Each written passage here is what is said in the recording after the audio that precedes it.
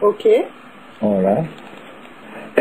Oui, je disais, ça fait partir des arts primordiaux, la musique.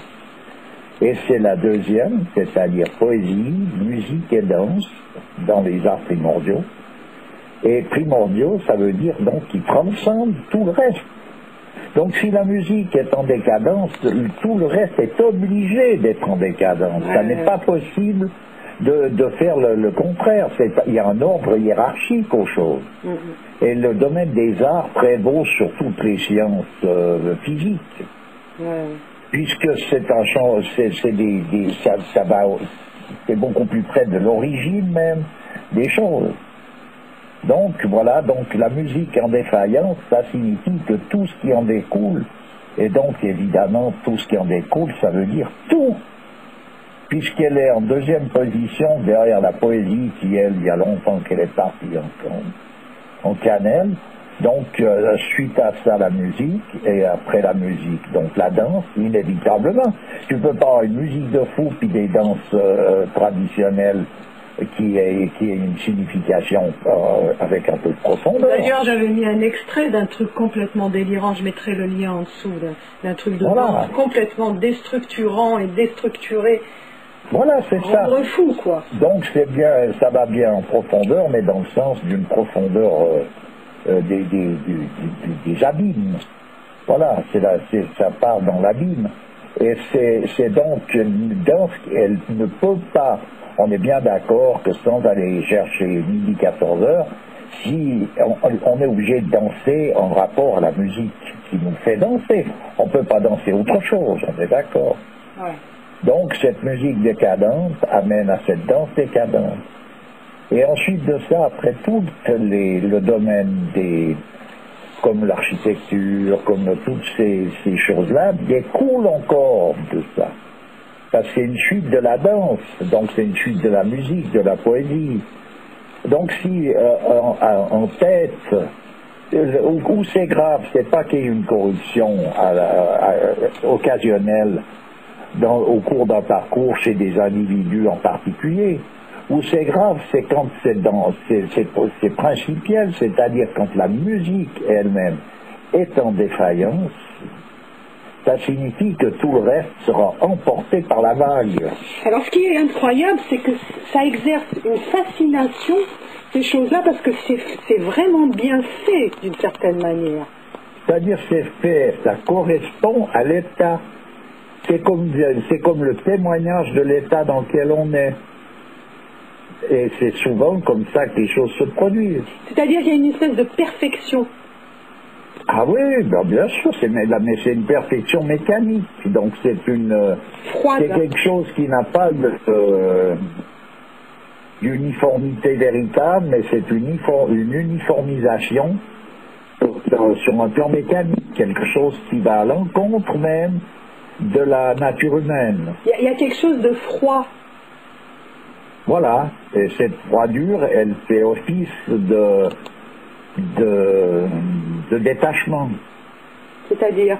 Elle fait office de détachement, mais c'est plutôt, elle amène à une indifférence totale à l'égard de tout le monde qui nous entoure pour se laisser plonger dans cette espèce d'ivresse qu'elle peut donner. Mais c'est un peu comme cette beauté froide qu'inspire toute chose, cette beauté du diable, là, tu vois ce que je veux dire? Oui, ça fait partie du même décor, c'est la même histoire. Simplement, il y a un ordre hiérarchique, et j'insiste là-dessus, c'est que cet ordre hiérarchique, donc la musique, tu me parlais de la musique moderne, on parlait de la techno, c'est l'expression même d'une désintégration, et c'est beaucoup plus grave, la musique dégénérée, que n'importe quelle autre dégénérescence qui en découle, qui peut être accidentelle, tandis que là, on en est réduit à ça. Et comment Donc, ça se fait, ça? Ben, c'est cette continuation de cette chute qui va de plus en plus fort, avec cette vitesse de plus en plus rapide vers l'abîme. Ouais. Voilà. C'est ce que recommande. C'est en fait qu'il faudrait le point culminant de ce mouvement, c'est d'arriver à un état de pur déséquilibre. Voilà. Ouais. Et ça ne peut pas être atteint en réalité, mais c'est en somme cette tendance à arriver dans une limite qui est l'état de pur déséquilibre. Et s'il peut être atteint, ça veut dire qu'il coïnciderait parfaitement avec la dissolution finale du monde. Donc il est en train d'arriver là.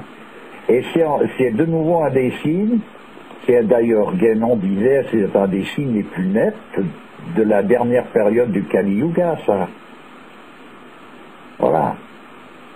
Et on est en train de vivre ça.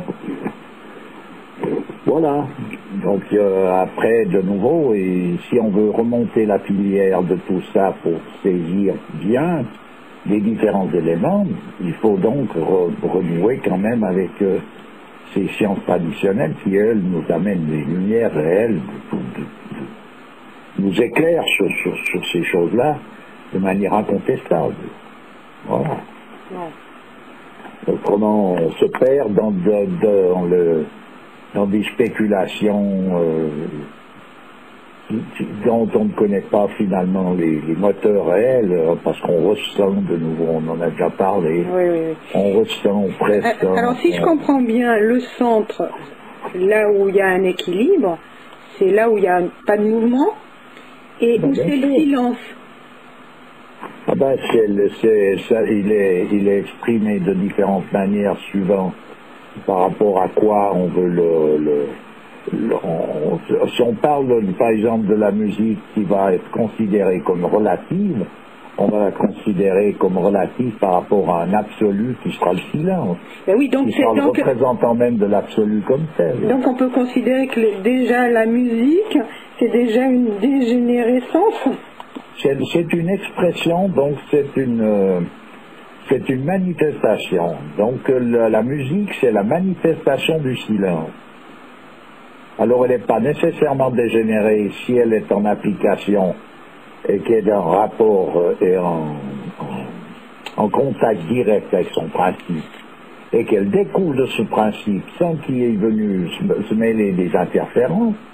Mais effectivement, si on voudrait dire, alors l'état de pureté serait de ne jamais se manifester, ce qui veut dire que la création en elle-même, elle est déjà une démonstration d'un déséquilibre. D'accord, donc le son aussi... C'est ça l'histoire du péché originel. Oui, donc le premier son aussi, finalement. Ben, quelque part, oui, dans le sens que tu imagines, si en fait, c'est dans la manifestation qui arrivent en même temps tous les problèmes qui sont concomitants à la vie sur Terre, à la vie humaine, à la vie animale, etc. S'il n'y a pas cette manifestation, s'il n'y avait pas eu la création, il n'y aurait pas eu ces problèmes, on peut dire. C'est un peu absurde de parler comme ça, mais enfin c'est ça. Voilà. Donc le péché originel est à l'origine même de la manifestation. Oui. Oui, mais attends, voilà. non. Le péché originel, il y avait déjà des arbres, des sons, de la manifestation. Ah, c'est ne pas considéré nécessairement comme sur Terre. Ça peut être considéré aussi comme comment est-ce qu'on appelait l'Éden céleste. C'est-à-dire la période de l'homme qui n'était pur esprit, qui n'était que pur esprit sans matière, en somme. Voilà. Il faut remonter ça vaut la peine, d'ailleurs, c'est intéressant de... Tu veux dire qu'on n'était pas matérialisé? Voilà, il n'y avait pas la matérialisation même. Attends, mais la pomme, elle était bien matérialisée. Ben, écoute, après, ça devient des symboles, tout ça, faut bien comprendre. Parce qu'on a bien quand même compris que c'est pas en mangeant une pomme qu'on risquait grand-chose, hein. Mais là, la pomme en question, il faut comprendre ce qu'elle signifie, ce qu'elle représente. Et alors, elle représente quoi? Quel symbole elle est. Il faut de nouveau plonger parce que il y a une multitude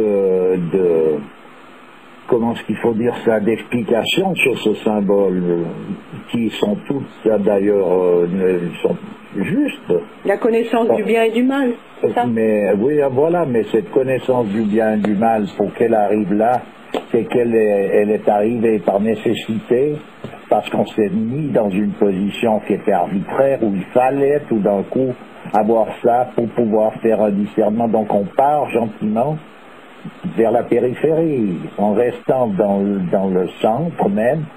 Il n'y a plus de conflit, c'est qu'au centre, il n'y a pas de conflit. Bah oui, d'ailleurs, le centre même d'un mouvement, il n'est pas assujetti à la force centrifuge, mais plus on part vers l'extérieur, plus cette force est puissante et nous projette vers l'extérieur. Bah déjà, on va vers la dualité. Oui, bon, de toute façon, mais je veux dire... Donc du 1, on passe au 2, et la dualité, c'est déjà source de conflit. De toute manière. Enfin, pour dire, il y a cette vitesse exponentielle, cette force centrifuge qu'on connaît, pour reparler de choses qui sont connues, qui sont en quelque sorte des symboles de ce mouvement qui s'étend, qui s'étire avec une précipitation de plus en plus croissante vers l'extérieur, donc allant, comment il faut dire, qui s'écarte de son principe et qui se dissout de ce fait-là en se détachant du principe. Elle perd donc tout ce qui peut lui donner vie, lui donner la vitalité qui lui permet d'exister et de représenter même ce principe même. D'accord. Ça devient plus qu'un déchet. Voilà. Okay. Et de cet Éden céleste, l'homme il est tombé, donc il y a eu cette chute et il est tombé donc sur Terre. Ben, il est tombé, voilà où on est tombé là. Hein. Et on s'est matérialisé d'un coup là. Ah ben là après, oui, mais ça il faut étudier ça un peu plus profondément parce qu'il faut. C'est compliqué, ça peut pas être exprimé comme ça, tout ça, on a bien compris. Oui, d'accord. Il était pas matérialisé, d'un coup il mal. On est un peu, ça devient abracadabra. Mais c'est pas comme ça que ça s'est bien produit, mais l'homme était pur esprit. Et progressivement, on pourrait dire dans les différentes métaphores poétiques qui ont amené à donner une expression là-dessus, ces esprits se nourrissaient de parfums. Voilà, et de fil en aiguille, en se matérialisant, ils se nourrissent de la terre, et cette terre, ça a continué vers un alourdissement, etc. Mais il faut étudier ces choses-là parce que moi je ne saurais pas les exprimer. Je veux dire qu'on est passé du subtil au grossier. Au grossier, oui. Voilà, ça fait partie d'une des formes de la chute, de passer du subtil au grossier, voilà, de passer du silence au tintamarre, etc. quoi. Oui. Voilà. D'accord, d'accord. Et puis quand je disais l'ordre scientifique, elle est donc prise par ce même mouvement d'agitation et de déséquilibre, dans le sens que la recherche, elle est là pour la recherche. Et puis c'est vraiment c'est beaucoup plus ça que pour les résultats qui sont d'ailleurs des résultats fragmentaires et partiels. Oui. Auquel elle aboutit, c'est-à-dire c'est une succession de plus en plus rapide de théories, d'hypothèses qui sont, disons, sans fondement, qui à peine quand ils ont édifié une hypothèse, qu'elle s'écroule pour être remplacée par une autre qui dure encore moins longtemps que la première, enfin, etc., ça n'en finit pas. Et là, on en est justement dans une vitesse qui se court après, où les choses